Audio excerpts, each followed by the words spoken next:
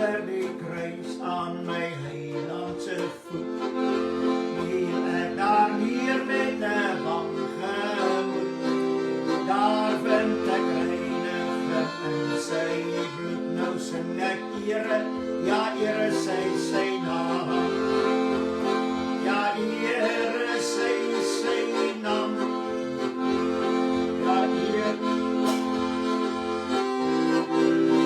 O ja, daar vind ek reiniging in sy bloed, nou sing ek ere, ja ere sy naam. O dierbare Jesus, hy red ook vir my, hy maak my van my sonde vry, en met sy liefde bly hy naby, nou sing ek ere, ja ere sy naam. O ere sy naam, halleluja, ere sy naam. O daar vind ek reiniging in sy bloed, nou sing ek ere, ja ere sy naam. Halleluja, ere sy naam. Ja ere sy naam. Ja daar vind ek reiniging in sy bloed, nou sing ek ere, ja ere sy naam. Prys die Here, ja ere sy naam. Ja ere sy naam. Prys die Here, daar vind ek reiniging in sy bloed, nou sing ek ere, ja ere sy naam. Prys die Here, ere sy naam. O ja ere sy naam.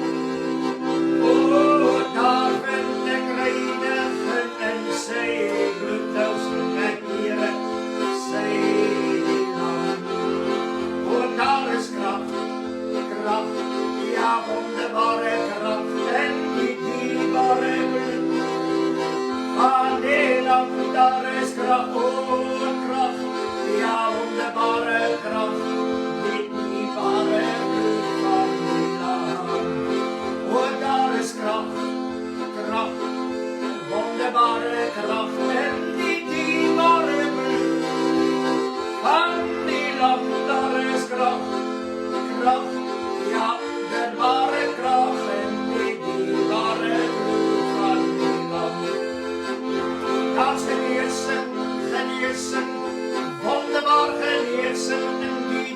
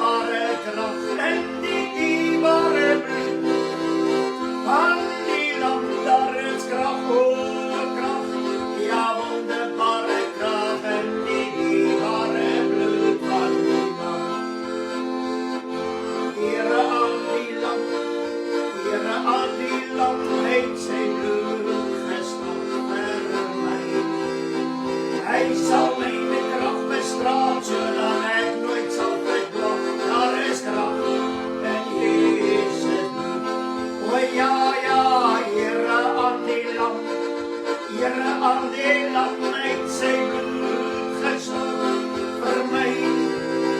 Hy sal my met krag bestraal, sodat ek nooit sal verdwaal. Daar is krag in Jesus bloed. Halleluja, Here aan die lam. Ja, Here aan die lam uit sy bloed gestort vir my. Hy sal my met krag bestraal, sodat ek nooit sal verdwaal. Daar is krag in Jesus bloed. Ja, Here aan die lam.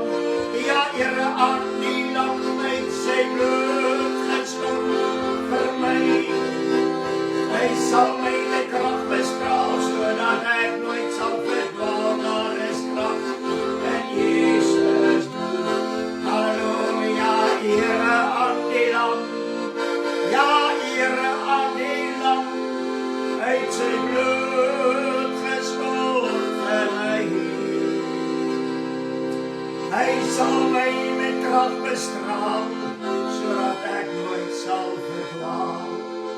Daar is krag in Jesus bloed. O ja, Here sy die lam.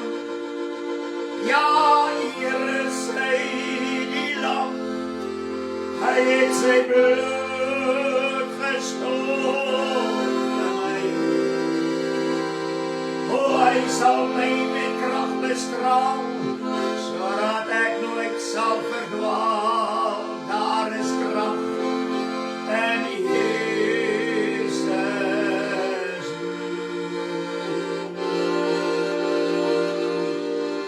Yes, halleluja, dankie, daar is krag in Jesus bloed.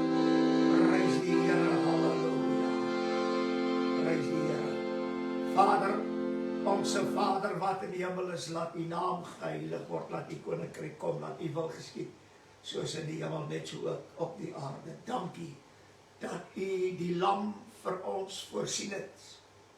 Sy naam is Jesus, want dit is hy wat sy volk van hulle sonde sal verlos. So dankbaar in hierdie dag. Dit is die heel eerste boodskap in die Nuwe Testament. Halleluja, en jy moet hom Jesus noem, want is hy wat sy volk van hulle sonde sal verlos. En ons weet, Vader, dat hierdie verlossing kom alleen deur die bloed van die lam, want in hom het ons die verlossing deur die bloed, sê U woord. So wonderbaarlik om dit te weet, die heel eerste boodskap. Halleluja, en die Nuwe Testament word ingewy met bloed, naamlik die bloed van die lam. Halleluja. En ons is so dankbaar, Here, dat dit sal deurhou en aanhou tot in alle ewigheid, die kosbare bloed van die lam.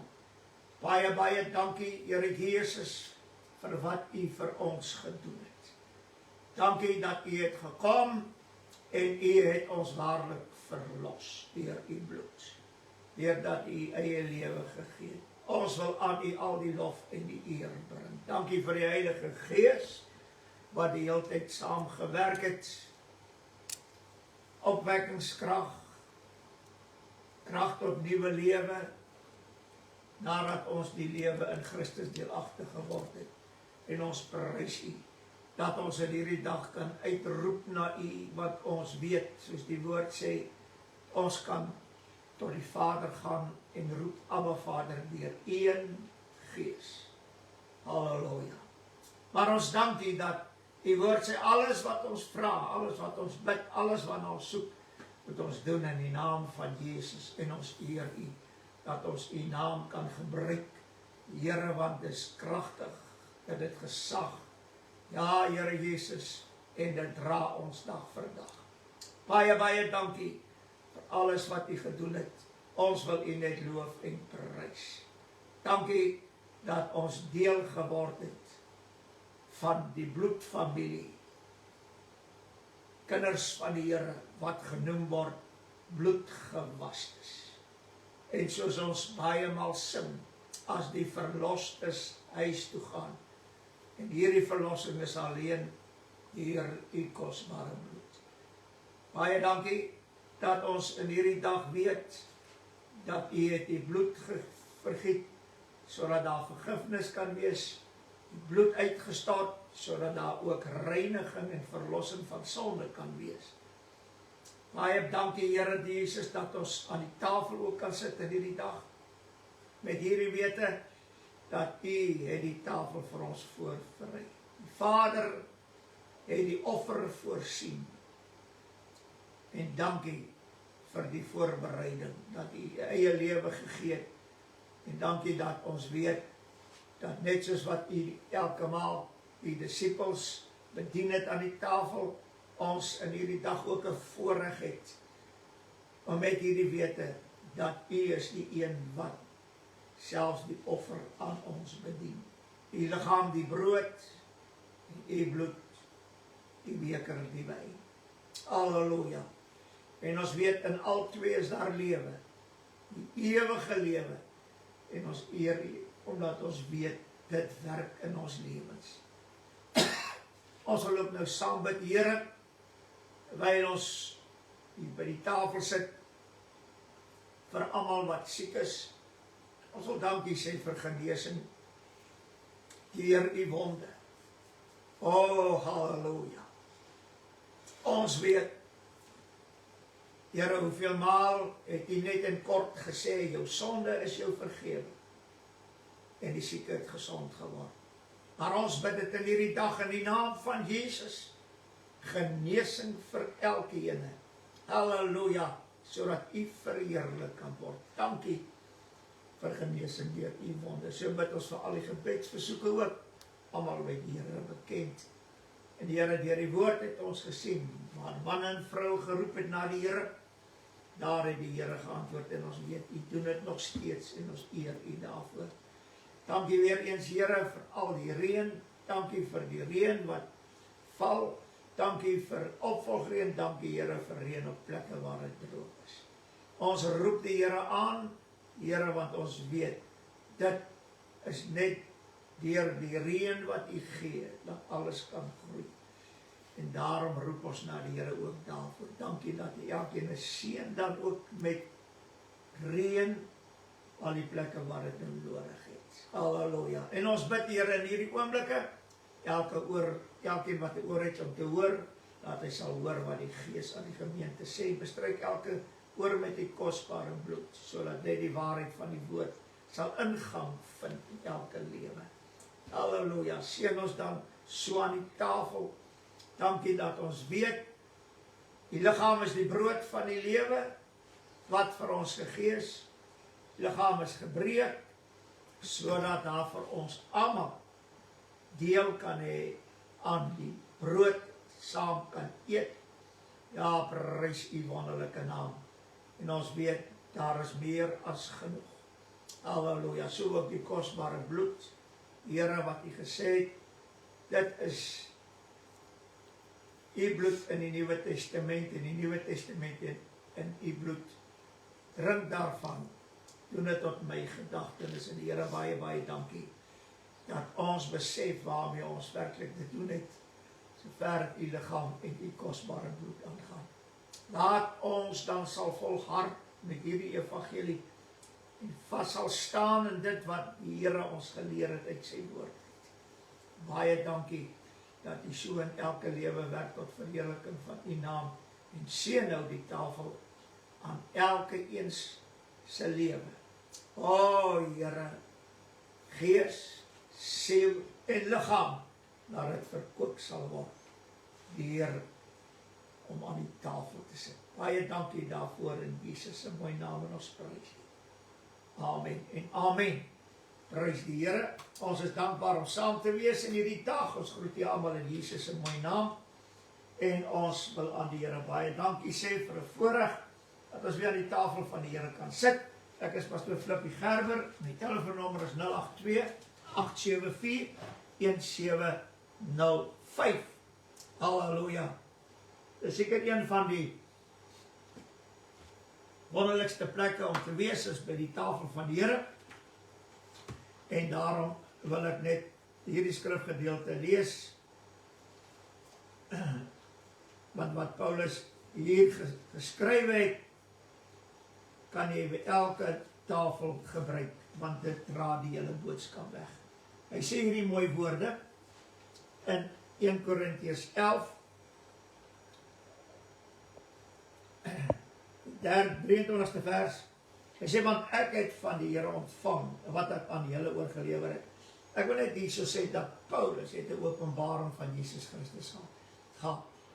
Al die 12 disippels, hulle het absolute openbaring van die Here gehad.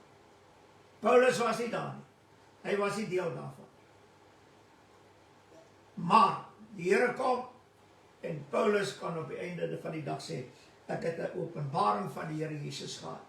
En sover het die tafel van die Here aangaan, dis wat die Here aan my geopenbaar het. Hy sê, want ek het van die Here ontvang, wat ek ook aan julle oorgelewer het, dat die Here Jesus in die nag waarin hy verraai is, brood geneem het, en nadat hy gedank het, het hy dit gebreek en gesê, neem eet. Dit is my liggaam wat vir julle gebreek is, doen dit tot my gedagtenis.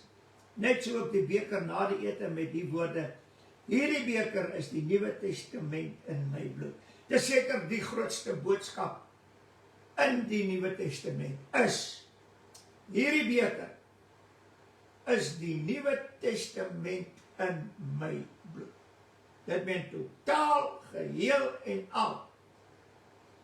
Toe die testament klaar geskrywe is, toe hy in die bloed gedoop. Halleluja. In so 'n mate dat selfs die kleed wat die Here Jesus aangehad het, aan sal hê as die dag as hy kom, is 'n kleed wat in bloed gedoop is. Dit sê in Openbaring 19. En hy gaan verder en hy sê hierdie woorde, doen dit so dikwels as julle daaruit drink tot my gedagtenis. Want so dikwels as julle hierdie brood eet en hierdie beker drink, verkondig julle die dood van die Here totdat hy kom. Hier is 'n baie interessante ding.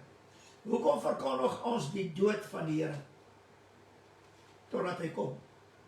Want die dood van die Here verwys na ons, dat ons moet sterf dag vir dag. Ons is saam met Christus gekruisig, ons is saam met hom, ons het saam met hom gesterwe, saam met hom begrawe, saam opgestaan in 'n nuwe lewe.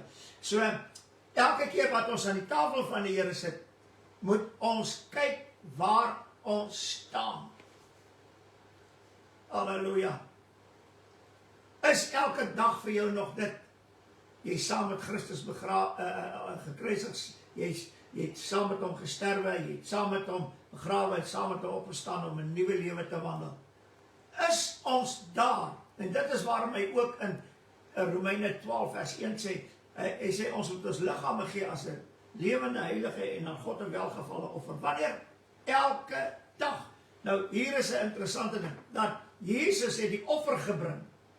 Maar die offer wat hy gebring het net eenmaal, want hy het net eenmaal in die heiligdom ingegaan om voor God te verskyn, die Vader te verskyn met sy eie bloed. Maar daai offer is vir elke dag. 24 uur uit 24 uur dien daai offer tot verlossing en vrymaking, reiniging, vergifnis ensovoorts. Daardie offer kan nie verbygaan nie. Daardie offer kan nie ophou nie. Daai offer kan nie sy krag verloor nie. Dis 24 uur 'n dag. En dis waar ons moet wees, ons liggame. Sodat wanneer ons liggame gee, as 'n lewende heilige en God 'n welgevalle offer, dan gedenk ons eintlik ook die dood van die Here. Soos wat ons dit doen by die nagmaaltafel. So wanneer ons dit lees, so gedenk die dood van die Here totdat hy kom, laat dit ons altyd herinner aan onsself. Paulus sê, ons word as slagskape gereken. Hy sê dag vir dag sterwe ons. Halleluja. Ek meen, word ons gedood. Waarom? Want dit is die offer. En daarom moet ons sorg dat ons dag vir dag ons self doodmaak, sodat Christus kan lewe. Dan gaan hy verder en hy sê, wie dan op onwaardige wyse hierdie brood eet en die beker van die Here drink, sal skuldig wees aan die liggaam en die bloed van die Here. Sal skuldig wees aan die liggaam en die bloed van die Here.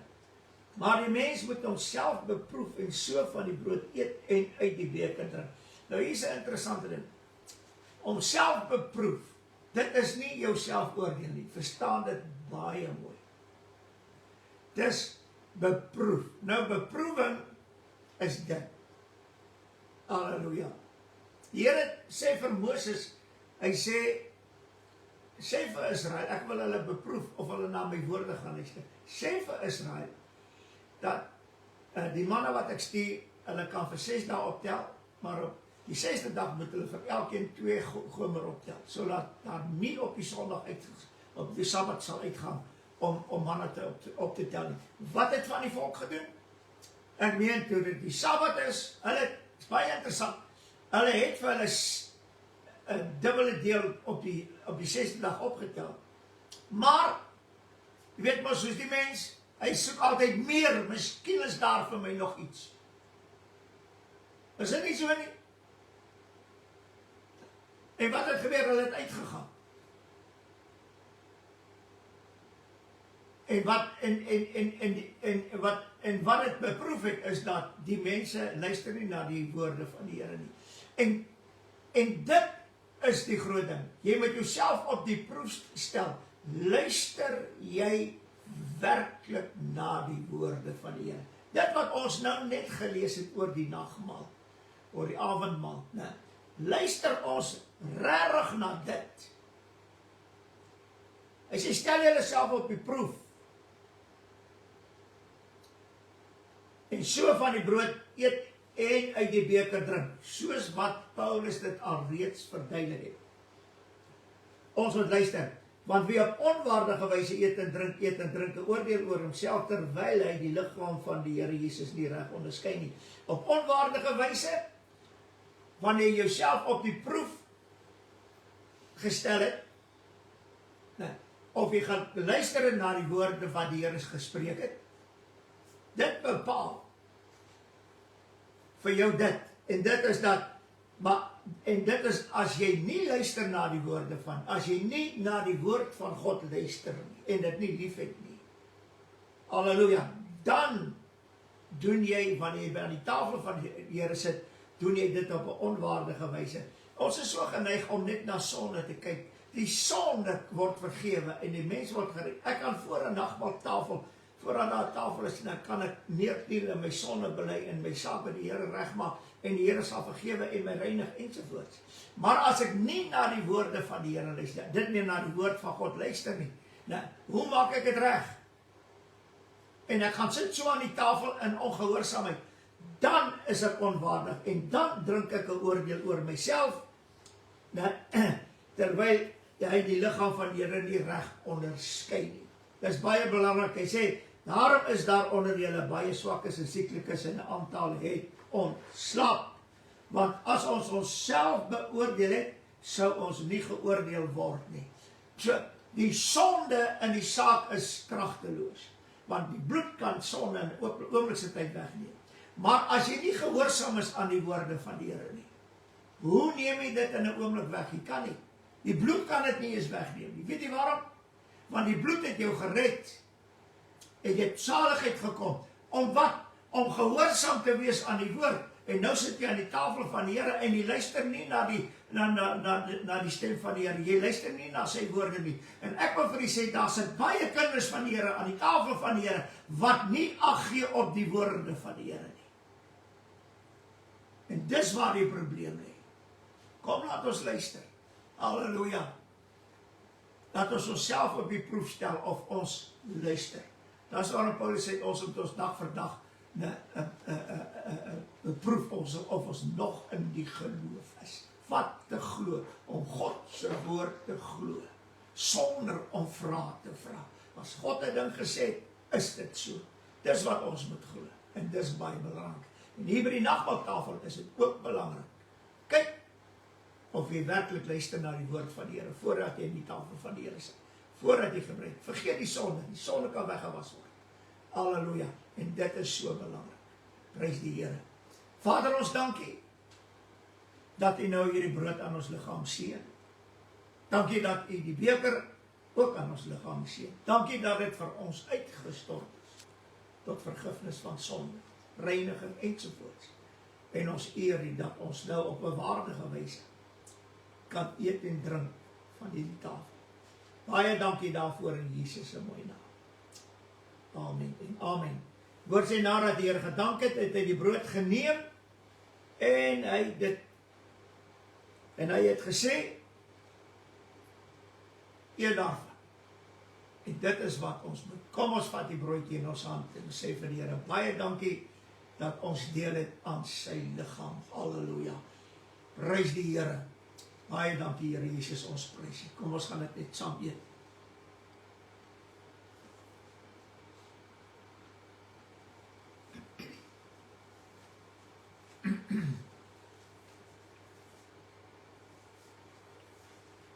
Prys die Here, halleluja. Dankie Here Jesus, ons prys U. Dankie vir U liggaam wat vir ons gebreek is. Baie dankie Here. Ons loof en ons prys U tot in alle ewigheid. Halleluja. So het die Here dan ook die beker geneem. Ons het dan reeds daaroor gedank. Gesê, neem daarvan en drink dit en doen dit tot my gedagtenis. En ons dank die Here vir die bloed wat vir ons uitgestort is. Kom ons gaan dit saam drink in die Here se naam vir julle.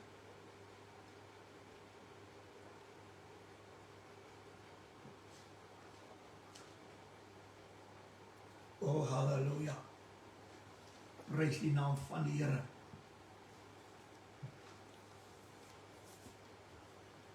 Here, ons dankie dat dit wat U gedoen het, liggaam wat gebreek is, die bloed wat uitgestort is, het U vir alle mense gedoen. Daar word niemand uitgesonder nie en daar word niemand bevoordeel. Here, dis elke mens se keuse. Kom na my toe. Almal wat hom aangeneem het, dan hulle die mag gegee om kinders van God te word. Alles deur U kosbare bloed. Enigeen wat wil kan kom en daarvoor loof en prys ons U. Dankie Here dat U so elkeen seën en ons eer U. Amen en amen. Halleluja. Prys die Here en ek is dankbaar teenoor die Here dat ons weer by die woord van die Here kan stil staan en dat ons kan luister na wat die woord van die Here vir ons sê. Nou, ek het laas Sondag gepraat oor Nabot se vinger en hoe dit presies ook in die Nuwe Testament Christus het dieselfde kom doen. Halleluja. En wat ek genoem het is dat die vyand, nie die vyand nie, die arbeiders, hoe het hulle die Here, die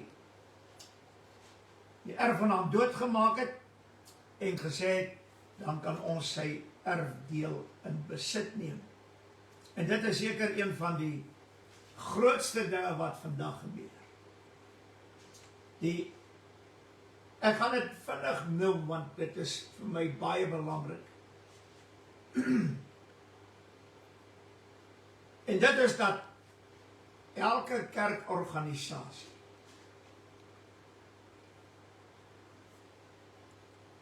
wil hulle mense wat hulle het, vir hulle self klein. Weet jy, dit so ver gegaan, jy hoor dat hy en sê, ja, ek is NG gered, of ek is Pinkster gered, of ek is dit gered. Almal praat van, hulle is gered. En weet jy wat gebeur? Dat hulle vergeet om te sê, hulle is gered deur die bloed, en ek aanbid daar. Nee, ek is gered. So, wat gebeur is dat elke organisasie maak sy mense by mekaar. En die een moenie na die ander een toe gaan nie, want dan is daar ongelukkigheid, maar ons sien dit gebeur vandag baie, dat hulle gaan oor en weer. En ek wil net weer iets aanhaal hierso. Sodra jy gaan na 'n breër algemene kerk, dan beweeg jy terug na die katholieke kerk. Sy is die moeder van al die kerke, en hy sê dit in Openbaring. Nou, hy praat van Babylon, die moeder van die hoere. Want Babylon self is 'n hoer. En al die kerke wat so sy lyk, of begin dinge doen soos die katholieke kerk, is deel van die hoere. Want hulle hoereer weg van dit wat hulle waarlik van die Here ontvang het. Sy bloed, sy liefde, sy lewe, sy alles. Hulle beweeg weg en hulle wil aan die een globale kerk behoort. Nou, dis alles skrif. Wanneer ek in Openbaring, ek gaan nie al die skrifte kan lees nou nie, maar Openbaring kan jy het gaan lees. Hy sê dat hierdie moeder, hierdie Babylon, hierdie groot stad, is in 3 verdeel. Ek het altyd gewonder, Here, hoekom is sy in 3 verdeel? Want hierdie hoer bestaan uit die 3 groot, kom ons sê, godsdienste reg oor die wêreld. Die eerste ene, wat werklik godsdienst geword het, en 'n kerk gevorm het, is die katholieke kerk. En dan kry jy natuurlik die moslimkerk.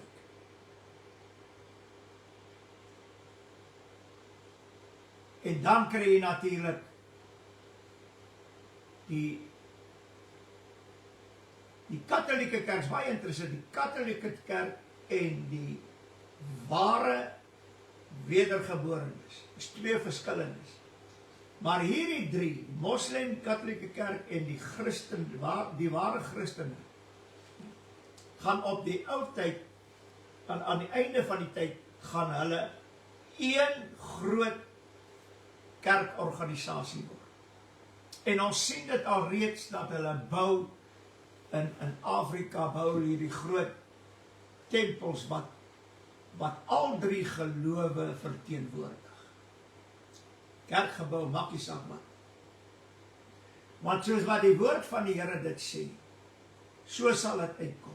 Sy is in 3 gedeel, maar hierdie moeder is die moeder van die hoer. Dit meen, elke kerkorganisasie wat saam met die katholieke kerk invang, of net, die Bybel sê, hy praat van die dogter het dieselfde trekke as die moeder. En nou kan jy maar gaan kyk in al die kerkorganisasies, dit sluit Pinkster ook, hoeveel trekke hulle het van die katholieke kerk. Wanneer ek net een ding noem, en dis die doop. Nou, ek het dit al baie keer genoem, maar ek wil dit noem. Waar het die kinderdoop vandag gekom? Uit die katholieke kerk het. Want dit is baie interessant, die babietjie van 2 jaar, moet gedoop word, sodat hy gered kan wees. Sodat hy in Christus kan wees. Baie interessant, dis die evangelie van die katholieke kerk. Hy kan nie sterwe voordat hy nie gedoop is nie, want as hy gedoop word, dan is hy gered. Dis wat hulle daardie jare geglo het. Dis 365 jaar na Christus, toe hierdie katholieke kerk na vore gekom het. En dit het binne hulle plaasgevind, toe hierdie siek babietjie van 2 jaar doop, die kind van 2 jaar doop, toe raak die kind gesond, en van toe af toe stel hulle die doop in. Jy moet gedoop word, anders kan jy nie 'n verbondskind word nie, anders kan jy nie gered wees nie. En hierdie evangelie van die katholieke kerk het in die afgelope paar jaar reg oor die wêreld versprei. En hulle verdedig dit met alles wat hulle het. Hy wat glo en hom laat doop sal gered word. Presies die verkondiging van die Katolieke Kerk. As hy nie gedoop is nie, kan hy nie gered wees nie.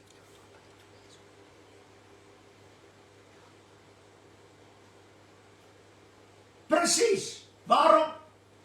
Want hierdie moeder, Babylon, wat in 3 gedeel is, haar gees is besig om oor te spoel na almal, na die moslim en na die Christelike kerk. Kom ons sê die protestante. Die protestante het weggebreek, maar hulle is besig om stadig terug te beweeg. En ek wil vir julle sê, daar's Pinksterkerke.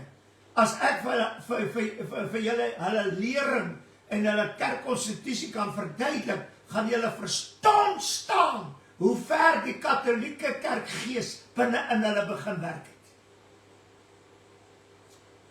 Maar ek wil nie daarby stilstaan nie, ek wil dit net genoem het. Want die groot doel van alles is, dat, ek wil amper sê, hierdie moeder Babylon, soek die wingerd van Christus. Ons sing, dis baie interessant, just build my mansion, next door to Jesus. En wanneer ek na Nabot gaan kyk, dan sien ek sy wingerd was langs die paleis gewees. So ek kan sing, just build my mansion next door to Jesus. Waarom? Want die wingerd van God is langs die paleis van die koning, ons koning, as ek dit so kan uitdruk. Dit meen, waar is die wingerd? Nie net langs dit, dis regom. Ek gaan nie 'n huisie of 'n mansion daar langs die Here Jesus kry nie, nee. Ons is die wingerd, en hierdie wingerd staan rondom.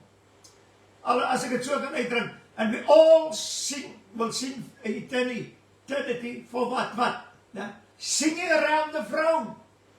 Dis waar die wingerd is. Rondom die troon. Halleluja. Maar dit moet weggeneem word. En dit moet aan hierdie vrou gegee word, sodat hierdie kinders, die wat aan Christus behoort het, wat afvallig geword het, hulle sal aan hierdie vrou behoort. Halleluja. Want sy het die wingerd weggeneem, soos ek het laas Sondag ook verduidelik het. Nou, wanneer ons dan kyk na die woord van die Here, ek het laas gepraat ook oor die erfenis, en daar is 'n skrif in die woord wat vir my skokwekkend is, en ek gaan dit gou lees in Jeremia, halleluja, 12de hoofstuk, en hy sê hierdie woorde, wat sê die woord? Die 10de versie, hy sê, baie herders, hoor wat sê hy? Baie herders, halleluja, ek wil nou vandag vir iets sê, as hy van herders praat hy van predikers, ek is ingesluit,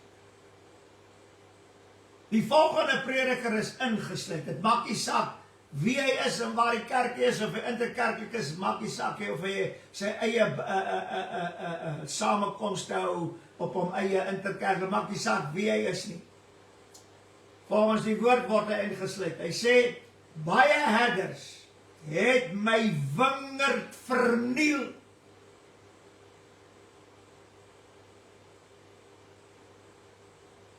En weet jy wat gebeur wanneer die wingerd verniel word? Dan kan daar nie vrug gedra word nie. Dit meen die lote kan nie vrug gee nie. Ons wat ingeënt is op hierdie wingerdstok, ons kan nie vrugte gee nie. Waarom is die kerk in 'n toestand? Dis al wat jy kan kry, en dit is mense wat kan kla, en die geringste siekte wat hy het, dan hardloop hulle dokter toe. Ek het nie 'n probleem daarmee nie. Mense kan dokter toe gaan, maar weet jy wat? Die heel eerste uitweg vandag is dokter toe. Halleluja. Waar was die tyd gewees wat mense gesê het, ek sterwe, maar ek sal nie dokter toe gaan nie. Luister nou baie mooi. Soos wat die mens glo, so sal dit vir hom wees. Maar weet jy wat interessant is? Halleluja. Vroeger jare as jy gehoor het iemand is siek, wat het eers gebeur? Die pastoor is dadelik gebel en die pastoor het gekom. Vandag bel die pastoor of jy te kom bid by die huis. Gaan hy kom? Hy sal sê jy kom kerk toe. Of wat sê die dokter? Die wingerd is verniel. Hy sê, hulle het my stuk land vertrap. Maar dis alwaar hulle op soek is, 'n broer is geld en posisie en belangrikheid en hulle wil net almal leer sodat hulle oral in kan wees. Hulle vertrap die wingerd. Hulle het my begeerlike stuk land 'n woeste wildernis gemaak. Hulle het dit 'n wildernis gemaak. Dit treur voor my, verwoes. Die hele land is verwoes, omdat daar niemand is wat dit ter harte neem nie. Dis verskriklik. Niemand neem dit ter harte, dat die wingerd van die Here is verwoes en verniel en vertrap. Niemand neem dit vandag ter harte nie. Jy kan kom net soos jy is. Jy kan glo net wat jy wil. Jy kan die duiwel aanbid. Kom net kerk toe. Dis gewonder, hulle het die kerke in diskos verander nie. Hy kerkgeboue. Halleluja, 'n broer, hulle is swart geverf binne, ceiling, mure, alles.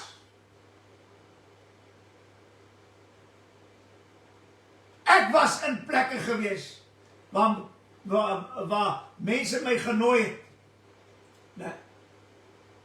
Nou hierdie mense toe wat op die strate lê en dwelms en al hierdie goed te doen en vreeslik is. Want hulle het 'n diens aan. Hierdie mense hou 'n diens in 'n plek en ek het gegaan saam met hierdie ander mense. Maar ek was geskok in daai plek gewees, want ek het gesê, ek was jonk, baie jonk gewees. Ek het net gesê, Here, as die lig nie hier kan skyn nie, kan die vir hierdie mense niks beteken. Nou, toe hulle het my vertel, jy moet kom kyk hoe die Here werk, dis die hand van die Here wat werk. Ek bedoel toe ek daar kom. Hulle sit en daggarook en hulle sit en dit en sit en dit, en dan sing hulle koortjies en dan, maar dis wat die kerk wil hê. Daai mense is nou gered, maar hulle doen nog dieselfde goed, en waar hulle diens sou doen hulle dieselfde goed. En ons wil net aanvaar is reg. Daar is niemand wat dit ter harte neem, dat die wingerd van God verniel is, vertrap is, en dat dit 'n woeste land geword het. Halleluja. En hierdie wingerd wat, en hy sê dit in Matteus 20 vers 1, dat die Here het arbeiders, dit meen herders, gehuur om in die wingerd te werk. En dit is interessant dat die woord van die Here, en ek gaan nou vir iets lees. Halleluja. Wat predikers nie baie lief is om te lees nie. En dit is dat, hy sê in Openbaring 14, die 14de vers.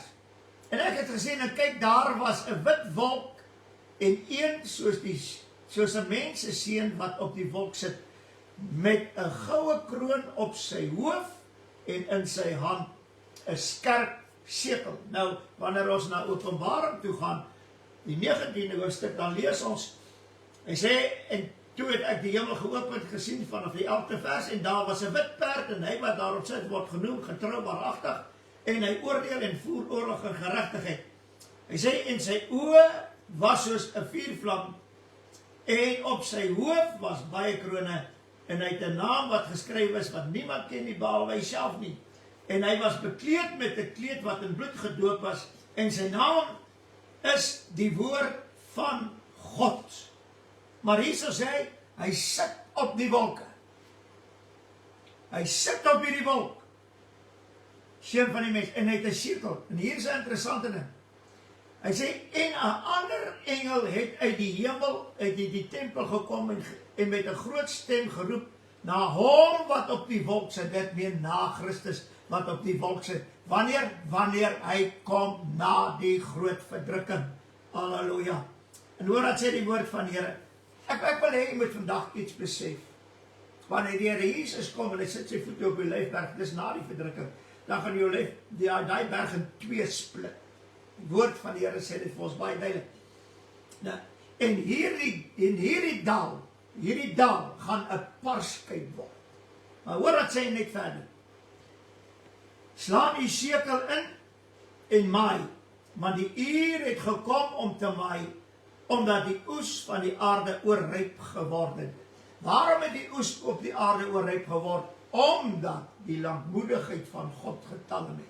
Dit meen, die oes het oorryp geword. Die Here se genade het veroorsaak dat die oes het oorryp geword. Halleluja. Dit meen, dit het nou al te lank gestaan. Dit moet nou afgeoes word. Nou gaan hy verder. En hy wat op die wolk sit, het sy sekel oor die aarde laat gaan, en die aarde is afgemaai. Halleluja. Wat het gebeur? Die Here Jesus het hierdie druiwe oes ingebring. Waar die druiwe oes? Ons. As verlostes. Halleluja. Die woord van die Here sê, die Here Jesus sal onsself kom afmaai. Hy sal natuurlik die maaiers uitstuur om ook te help, maar hy self sal die oes insamel. Maar daar is twee druiwe oeste hier in Openbaring 14. Twee, die ander een is dit. Die 17de vers. En 'n ander engel het uitgegaan uit die tempel wat in die hemel is, en hy het ook 'n skerp sekel gehad.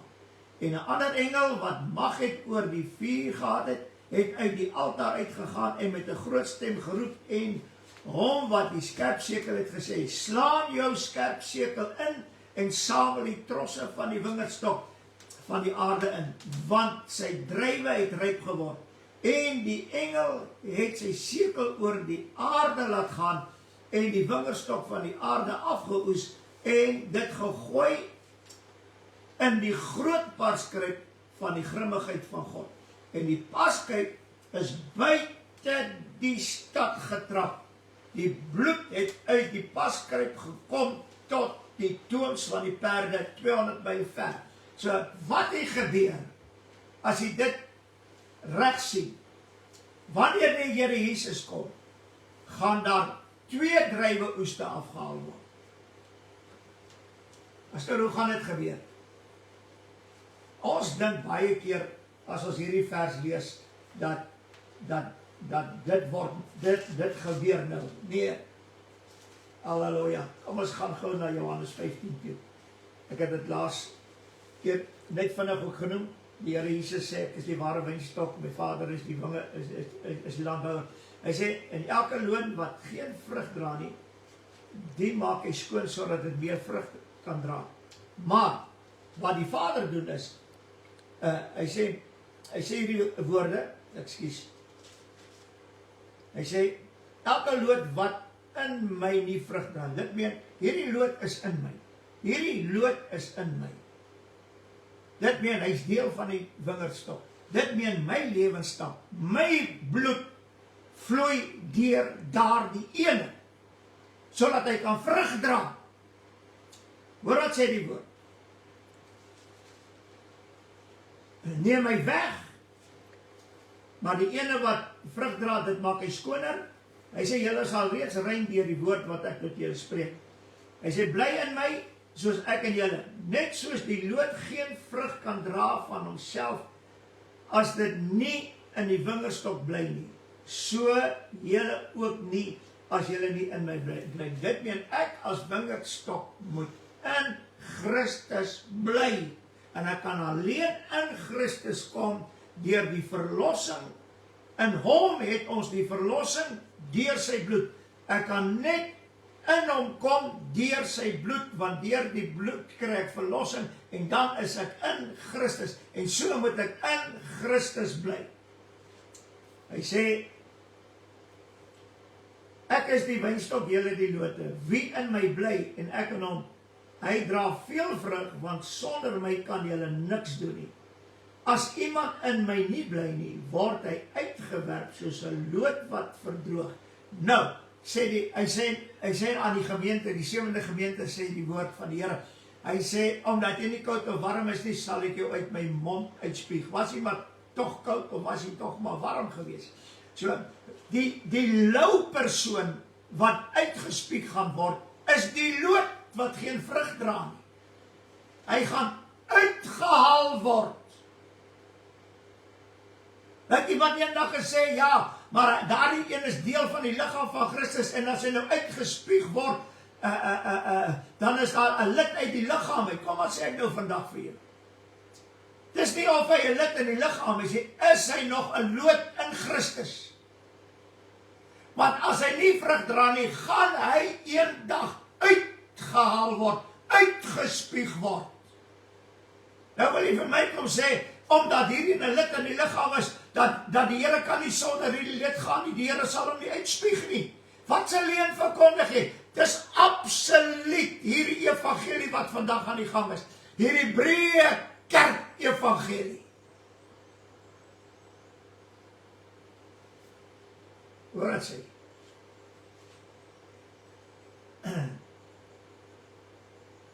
Word hy uitgewerp soos 'n lood wat verdroog, en hulle maak dit by mekaar en gooi dit in die vuur en dit verbrand. Nou hier is 'n interessante ding. Nou, die tweede druiwe oes wat ons nou gelees het, word afgemaai. Waarin beland hulle? In die parskyp. En hier kom die wonderlikheid van die saak. Wanneer ek hierdie 2 druiwe oeste sien, dan sien ek die 5 wyse en die 5 dwaase magte. As jy gaan kyk na die 5 dwaase magte, wat is hulle lot? Hulle sal in die paskyp beland. Die olyfberg sal in 2 split die dag as die Here kom. En die Here Jesus sal die goeie druiwe, al het hulle oorryp geword, die Here sal hierdie lote, hierdie vrug afoes. Maar hy gaan 'n engel stuur om die tweede groep, dit ben die dwaases, ook af te oes. Hulle sal in die paskyp beland, en wat gaan met daai lote gebeur? Hulle gaan op die einde van die dag in die vuur gegooi word. 5 wyse, 5 dwaase magte. En hier beskryf die woord dit baie duidelik, dat dit gaan oor die druiwe oes. Ons het almal met die graanoes te doen, dis heeltemal reg. Graanoes is 'n vergelyking, so lyk die oes ook. Maar die waarlike oes is die oes wat in Christus ingeënt was. Hierdie lood, halleluja, deur wie se lewenssap, die lewenssap van die Here Jesus vloei, dit meen die bloed van die Here vloei, en wat vele vrug dra, wat skoon gemaak word deur wat? Deur die woord. Nou hier is 'n interessante ding. Hoe word 'n mens skoon gemaak deur die woord? Die Heilige Gees kom, hy oortuig jou van sonde, en dis een van die grootste probleme in al die Pinksterkerke. Hulle laat nie toe dat die oortuigingswerk van die Heilige Gees van sonde in die kerk werk nie. En niemand mag daaroor praat nie, want jy mag nie sonde meer preek in die kerk nie. Want dan maak hulle jou stil, of hulle gooi jou uit, en hulle wil niks meer met jou te doen hê nie. Halleluja, deur hierdie woord van Genesis, en ek wil vandag vir u sê, al die wêreldse sintheid wat vandag in die kerk is, ek kan vir jou uit God se woord uitwys, dat alles is sonde. Hulle lyk soos die wêreld, trek aan soos die wêreld, lewe soos die wêreld, praat soos die wêreld, drink soos die wêreld. Eet en drink en is vrolik, waar? In die kerk. Is interessant, dat die kerk sien hulle self nie. Die Bybel sê, dit sal wees soos in die dae van Noag, hulle sal eet, en hulle sal drink, en hulle sal vrolik wees. Waar kry jy vandag die meeste kos? Sommer verniet op, in die kerk. Maar, die kerk het slim geraak. Want want dis 'n drive-through ete wat jy kan koop. Ja. Of jy kan daar so sommer by die kerk gaan eet as hulle ete aan het ensovoorts en alles geld word ingesamel nou vir die werk van die Here. Dis alleen, weet jy wat, die kerkorganisasie is 'n welsynsorganisasie. Dis die enigste franchise reg oor die wêreld wat geen belasting betaal. Kan jy glo die kerk het dit reg gekry? Halleluja! Want waaroor gaan dit vandag? Geld! En jy weet dit. Ek het vroeër jare het ons in die skole gesing, het ons boere volksdans, wat noem hulle daai? Volksspele gedoen in die saal. Ek sal dit nooit in my lewe vergeet nie. Maar daar is een ou liedjie wat hulle gesing het en dit is absoluut so. Hulle het gesing, toe ek nog eens 'n kalfie was, toe moes ek honger ly. Maar nou laat ek 'n groot koei, toe moes ek honger ly, maar nou laat ek 'n groot koei is, nou melk die boere my. Ek wonder of dit nie die kerk is. Die kinders, die wat net in die kerk inkom, kry geen vaste voedsel nie. Hulle kry geen vars, onvervaste melk van die woord nie. 'n Bruid, maar as hy groot is en hy werk, dan melk hulle hom. Dis tiendes en dis offergawes, bydra vir dit en bydra vir dit. Ek wonder of hierdie liedjie wat ons daardie jare volksspele mee gedoen het, of hy nie werk in die kerk vandag nie. Halleluja. Want vandag is dit so erg, die predikers gaan na die boere toe, dan kyk hulle na die, vra vir die boer, nou hoeveel milies kry jy op 'n hektaar, dan sê hy soveel, en wat kry jy vir 'n ton? Dan sê hy soveel, dan werk die pastoor dit, of die prediker werk dit vir hom uit, hoeveel tiende hy moet betaal.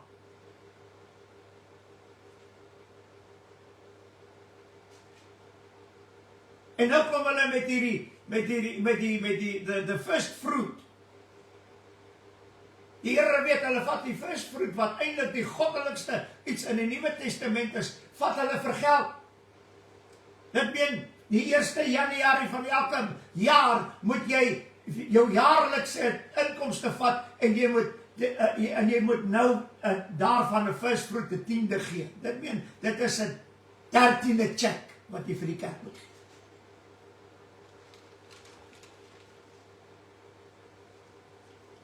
Halleluja. En ek wil vandag vir u sê, dat die wingerd is vertrap. Die wingerd is verniel. Die wingerd het wild geraak. Halleluja. Dit wat die erfenis is verwoes. Halleluja. Maar ek dank die Here dat daar vir ons in Christus, soos die koortjie sê, is jy daar waar jy altyd bly in Jesus, is jy in die ware wynstok ingeënt. Kom maar sê ek nou vir jou, as jy in die ware wynstok ingeënt is, kom jy nie klaar vandag in die kerk. Nie eens in die Pinksterkerk. Daar is pastore wat die ding reg doen. En dit is minimum. Maar die oorgrote meerderheid soek net na een ding, almal moet een word. Al die kerke moet een word. Presies dit wat die Katolieke kerk, toe hulle begin het, dit was hulle oogmerk geweest. Alles moet een word en almal moet onder hulle vleer inkom. En hierdie gevaar is besig om die kerk oor te neem, en Babylon, die moeder van die hoere, word in Openbaring beskryf. Nou wil ek vandag vir u iets sê. Dis iets wat baie min predikers met oor praat. In die Ou Testament was daar 2 vroue. Jy moet luister, 2 vroue. Daar was 2 moeders. Die een is Babylon, die vrou, Babylon, die moeder. Tweede een, Jerusalem, die vrou, Jerusalem, die moeder. Op aarde was dit so gewees. Totdat Christus gekom het. Toe Christus kom, toe word alles, die vleeslike is daar, maar toe gaan alles na die geestelike. Nou in die geestelike terrein, kry jy nog steeds die vrou Babylon, wat ook die moeder is. En jy kry in die geestelike terrein nou ook die vrou Jerusalem en die moeder Jerusalem. En dis die hemelse. Nou, dis alles geestelik. Babylon op aarde, die moeder van die hoere, hierdie vrou, sy werk,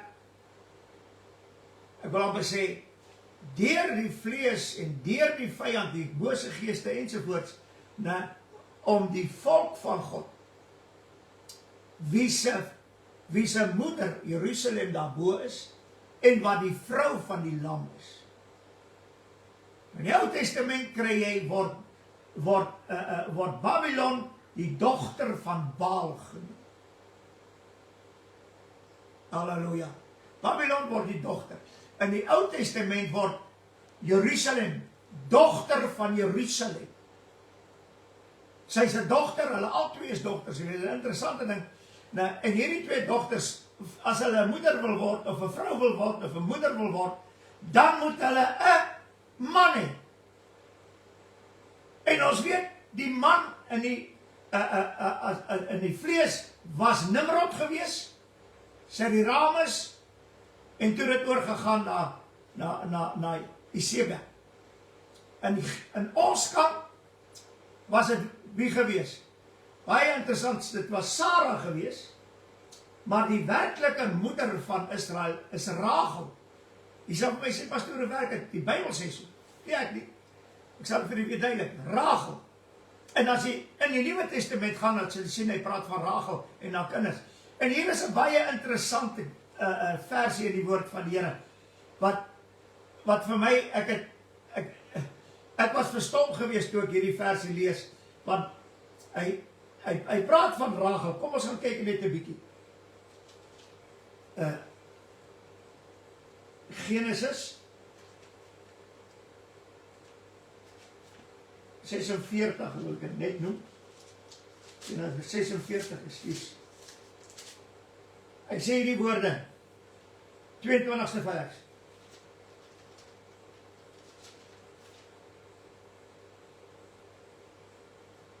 Dit is die seuns van Rachel, vir Jakob, wat vir Jakob gebore is.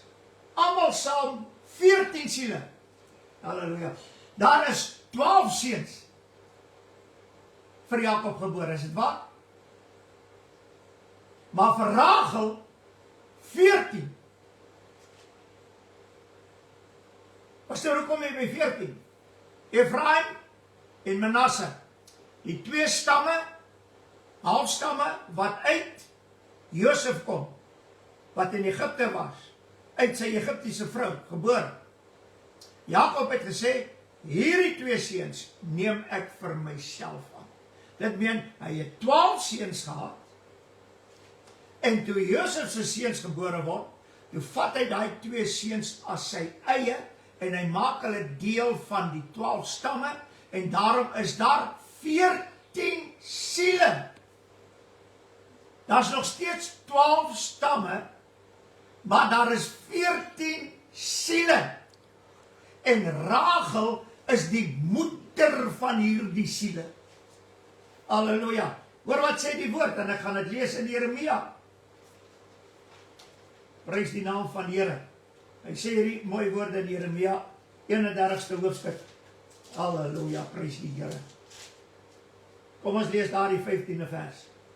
Hy sê, so sê die Here, 'n stem word gehoor in Rama, geklaag, bitter geween, Rachel ween oor haar kinders. Hoeveel kinders het Rachel? Volgens die woord? 14 siele. 14 seuns.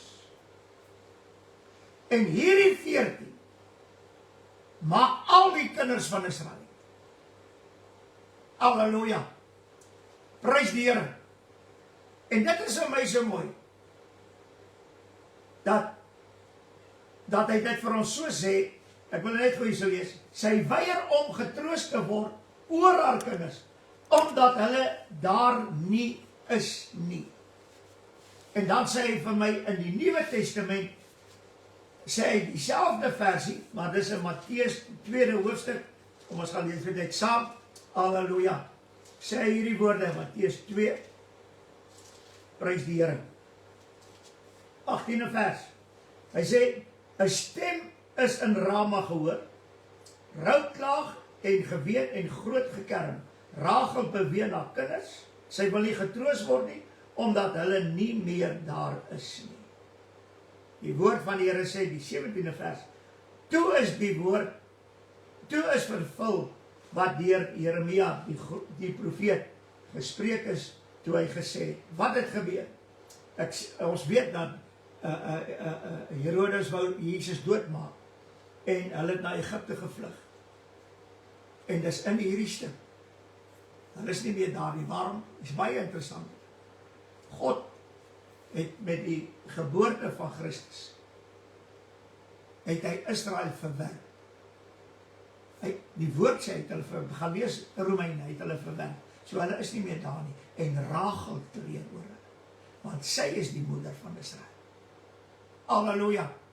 En wat nou interessant is, sy is die moeder, maar hierdie moeder, ek wil amper sê, hy is later in 'n stad, ek wil amper sê, verteenwoordig. En hierdie stad was Jerusalem. Want Jerusalem is die moeder van die kinders van Israel. En hierdie ding is interessant, en dit gaan nou deur van die vleeslike na die geestelike. En dit is Jerusalem daarbo, Paulus sê, sy is die moeder van ons almal. Nee. So, hy kom deur met 'n vrou en met 'n moeder, maar wat interessant is, elke vrou, elke dogter, moes eers 'n bruid word. So hier is die interessante ding. Dit meen, Rachel was 'n bruid. Nou is dit interessant. Hoe lang moes Jakob vir haar werk?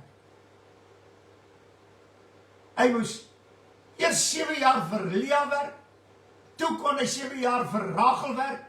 Halleluja. Dis sy bruidstyd gewees, maar sy het op die einde van die dag sy vrou geword. Nou, en sy het die moeder geword van Israel.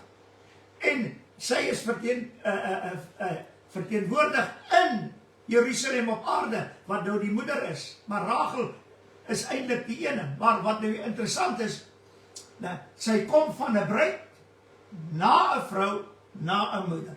En nou sê die woord van die Here vir my, Jerusalem daarbo is die bruid en die vrou van die lam.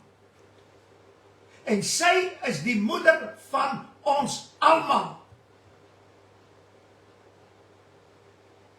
Ek wil net dit sê, as Jerusalem daarbo ons moeder is, dan kan daar geen ander bruid wees vir Christus nie. Geen. Dit het van Sarah, Rachel, deurgegaan na Jerusalem op aarde, deurgegaan na Jerusalem in die hemel. Prys die Here. En dat sy ons moeder kan word, Jerusalem in die hemel, moes sy 'n vrou gewees het. En as sy 'n vrou gewees het, dan moes sy 'n bruid gewees het. Halleluja. En sy is die bruid van Christus. Sy is die vrou van Christus. Sy is die moeder van die kinders. Want waar, halleluja, prys die Here. Kom ons gaan lees 'n bietjie die woord. Waar kom haar kinders vandaan? Hy sê dit vir ons in Efesiërs 2. Hy sê hierdie woorde. Hy sê, want ons is sy maaksel, geskape in Christus Jesus. Ons is in Christus Jesus geskape. Dis alles deur die bloed. En ons wat in Christus geskape is kinders van God. Kinders van die Here Jesus. Maar wie is nou ons moeder? Jerusalem. Wie is nou die vrou van die lam? Jerusalem. Wie is nou die bruid van die lam? Jerusalem. Ja, maar 'n stad kan nie 'n vrou wees nie. Ek wil nou vandag vir jou sê. Jy glo dat jou liggaam is 'n tempel van God, maar as ek na jou kyk, is jy 'n gewone mens. Waarom kan 'n stad nie ons moeder wees? Waarom kan 'n stad nie die bruid wees nie? Ek meen, as jy sê jy's die bruid, halleluja, en jy is 'n tempel, jy kan nie die bruid wees nie, want jy is 'n tempel. God se woord sê so. Want 'n tempel kan tog nie trou nie. Tempel kan tog nie 'n huwelik uitgee nie. Dis waar jy die fout maak. Halleluja. En dit is waarom dit belangrik is om te weet dat hierdie twee vrouens is twee bruide gewees. Hulle was eers jong dogters, toe bruide, toe vroue, toe moeders. En hulle al twee het 'n man. Die een se man is Baal. Gaan lees die woord. Op die einde van die dag, dit is die duiwel. Halleluja. Die ander een se man is die Here Jesus Christus. Ons kan nie tussenin kom en sê ons is dit of ons is dat nie. Dit is nie in God se woord so nie. Halleluja. En wat hier interessant is, en dit is wanneer ons gaan kyk na dit alles. Wanneer ons gaan kyk na Sheri-Ramel, Nimrod, Semiramis, Baal, die moeder van die Juda, en die ander is natuurlik die moeder van die heiliges. Dit is baie interessant. As jy sê jy is 'n heilige, kom ons sê ek nou vir jou, dan is jy 'n kind van hierdie moeder. Jy kan nie die bruid van Christus wees. Jy is 'n kind van hierdie moeder. Halleluja. Jy kan maak net wat jy wil, jy kan die kop staan stolletjie in die rond te draai. Jy sal nie 'n bruid van Christus kan wees nie.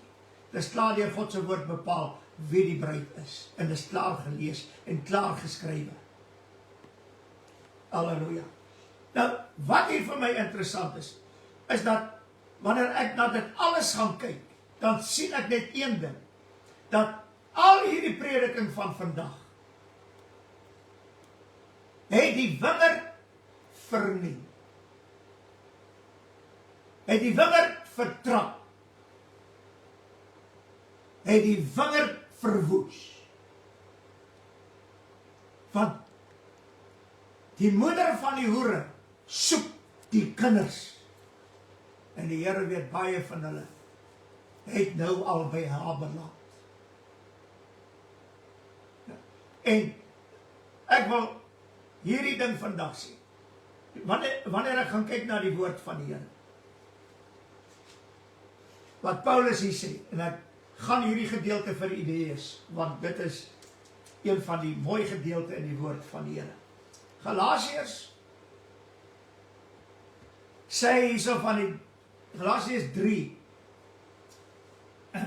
vers 22. Hy sê, maar die skrif het alles ingesluit onder die sonde, sodat die belofte uit die geloof in Christus aan die gelowiges gegee kan, aan die gelowiges gegee kan word. Wat sê hy? Alles is onder wat ingesluit, die sonde, sodat die belofte uit die geloof kan wees. Dit meen, daar's net een belofte wat ons het, en dit is die belofte Jesus Christus. Halleluja. Maar hy sê, Galasiërs 3 vers 29, en as julle aan Christus behoort, dan is julle die nageslag van Abraham, en volgens die belofte erfgename. Nou, ek wil net hier iets sê. Die idee dat net Israel het uit Adam gekom, is 'n leuen. Want as ek na die res van die skrif gaan kyk, van die Ou Testament af tot die Nuwe Testament, is dat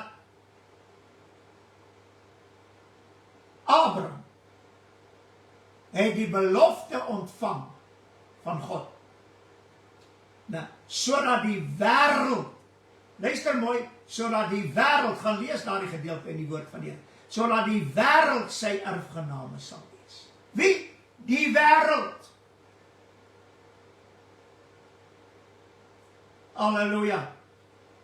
Maar, die Here sê ook, vir Abraham, maar in jou,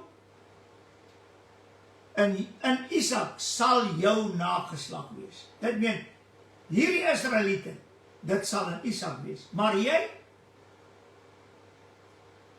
het die belofte ontvang, nou, sodat die hele wêreld jou nageslag kan wees. Dit meen, elke volk, nasie, taal en stam. Elke, nie net die Israeliete nie, in Abraham, die hele wêreld en die geslagte van die wêreld. Die Here sê, dit sal aan jou behoort. Daarom is Ismael ook gebore, want hy is nie uit die geliefde vrou gebore nie, hy is uit 'n slavin gebore, Ismael. Maar wat interessant is, dus hy is gebore, so laat God dit wat hy gesê het, 'n werklikheid kan maak, nou die hele wêreld is jou nageslag.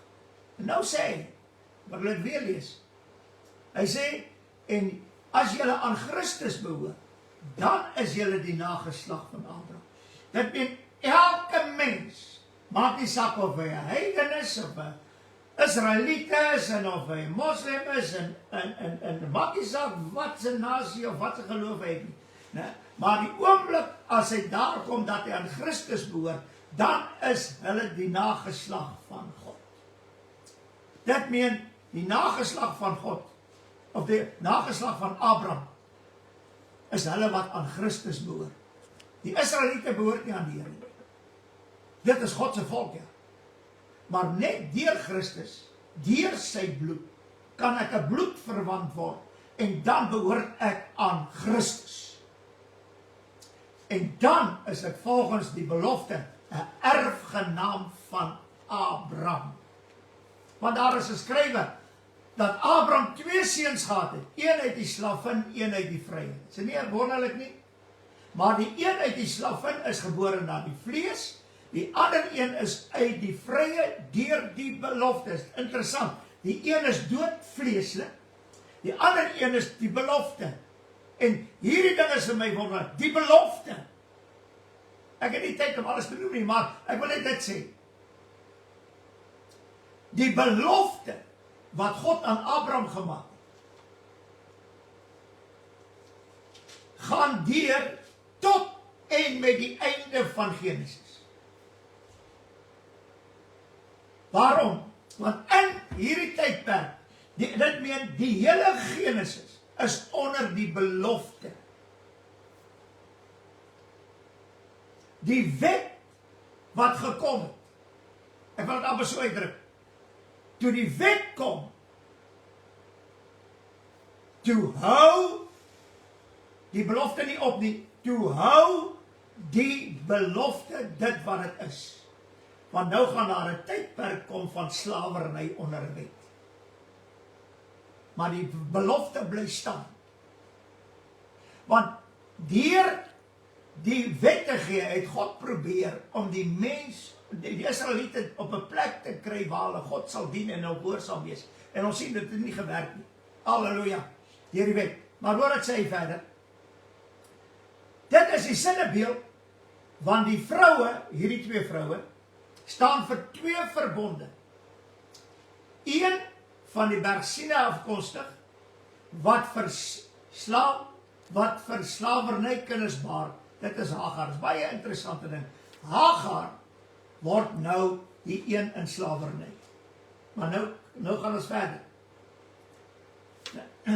Hy sê, Galasiërs 4 vers 25, want Hagar staan vir die berg Sinai in Arabië, en kom ooreen met die teenswoordige Jerusalem, en is met haar kinders saam in slawerny. Dit meen, die berg Sinai staan vir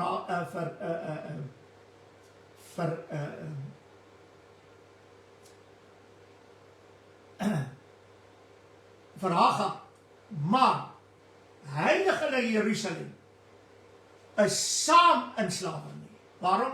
Want die wet met sy gebooie het almal onder slawerny gewerk. Maar hy sê, maar Jerusalem daarbo is vry, en sy is die moeder van ons almal. Dit meen, daar's net een vrou wat vry is. Daar's net een bruid wat vry is. Daar is net een moeder wat vry is, en dis Jerusalem daarbo. En wat moet nou gebeur? Hierdie kinders wat in slawerny is, onder die wet, moet onder die wet losgekoop word deur die bloed, sodat hulle kinders van die vrye kan word. Hy sê die woorde verder, want daar is geskrywe, verbly jou onvrugbare wat nie baar nie, breek uit en roep, jy wat geen baringsnood het nie, want die kinders van die eensame is meer as die kinders van haar wat 'n man gehad het. Hagar het 'n man gehad, Sarah het 'n man gehad, maar sy wat nooit geboorte gegee het nie, want haar kinders is maaksels in Christus, gebore in Christus Jesus. Maaksels van God, gebore in Christus. Haar kinders, Christus is vry, en haar kinders is van die vrye. Van Christus. Halleluja. Prys die Here. Ek wil net vir jou sê, as jy 'n kind van God is, 'n kind van die Here Jesus, en 'n kind van Jerusalem daarbo, kan jy in jou lewe en sal jy nooit 'n bruid wees nie. En hy gaan verder. Maar ons broeders is soos Isak, kinders van die belofte. Maar soos destyds hy wat na die vlees gebore is, hom wat na die gees was vervolg het, so is dit nou ook. Maar wat sê die skrif? Werp die slavin en haar seun uit, want nooit mag die seun van die slavin saam met die vrye erf nie. Daarom broeders, ons is nie kinders van die slavin nie, maar van die vrye. Dit ben Paulus herhaal dit.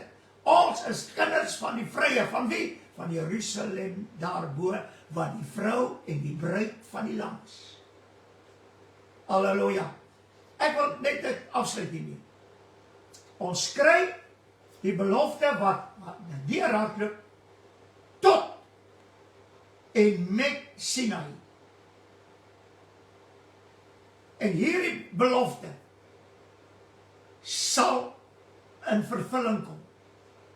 Maar as ek het so kan uitdruk, die Here Jesus sterf aan die kruis en hy sê in die skuldbrief wat ons vyhandig was, het hy uit die weg geruim.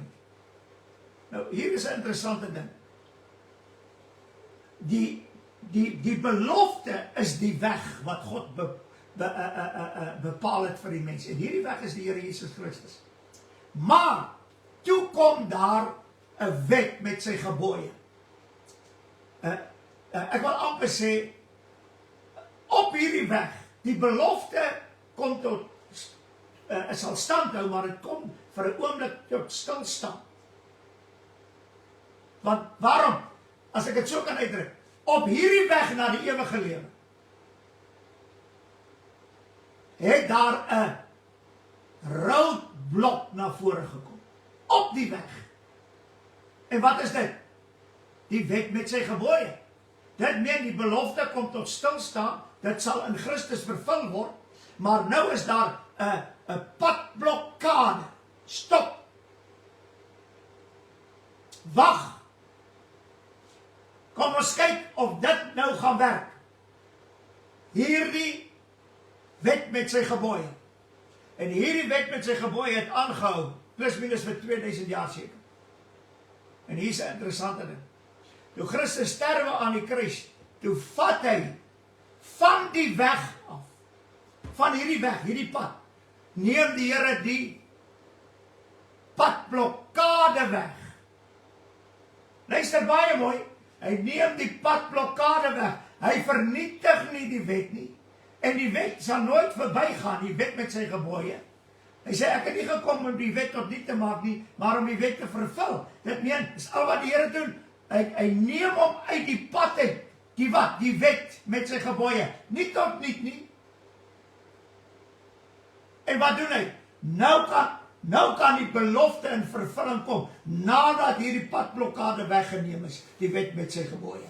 En hoe kom dit in vervulling? Met die Here Jesus, wat aan die kruis sterwe. En toe neem hy hierdie padblokkade weg, sodat die belofte kan voortlewe in Christus Jesus, sodat ons die belofte deelagtig kan word. En ek wil vir jou sê, die moeder Maria, Jerusalem daarbo, sy is deel van die belofte. Halleluja, vir ons as kinders. En daarom sal ons eendag daar gaan bly, in daardie stad, want sy is ons moeder.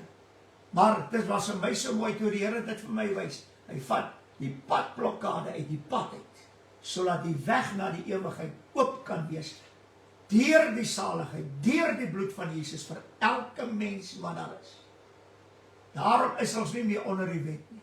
Die wet is nog daar, hy is net uit die pad uitgeneem, nie langs die kant gesit. Halleluja, want daaruit ken ons die sonde, en daaruit leer ons nog baie dinge. Prys die Here, en dit is vir my so wonderlik. Laat ons wees kinders van die vrye. Halleluja. Vader, ons wil baie, baie dankie sê vir die onfeilbare woord, en ons dankie dat ons is kinders van die belofte. Erfgename, nageslag van Abraham, maar erfgename van God, en mede-erfgename van Jesus Christus.